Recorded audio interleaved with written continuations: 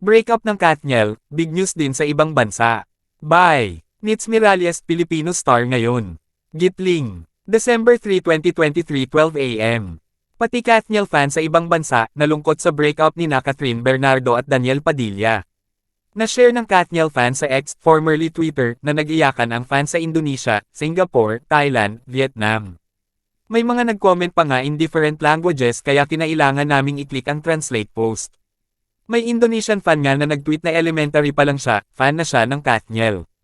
May nag-comment pa na favorite couple niya ang Katniel, kaya nalungkot siya sa nangyari.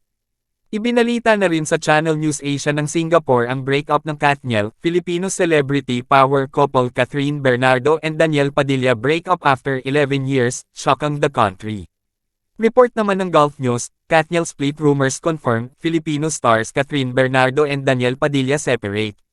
Na-report din daw sa Khaleej Times ng Dubai ang Katniel breakup, hindi lang na-post kung ano ang exact na results.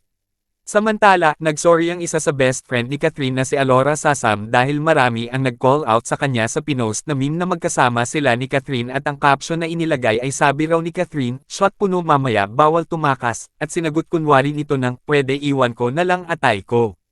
Balikan ko bukas." Marami ang nag-react at ipinakita raw ni Alora ang pagiging insensitive at ang dating ng kanyang post nagse-celebrate pa siya sa breakup ng Katniel. May nagtanggol naman sa kanya, matagal na raw ang breakup ng Katniel at pwede na nilang gawing joke, pero nag-sorry pa rin siya. "Hello po, sorry, insensitive joke po.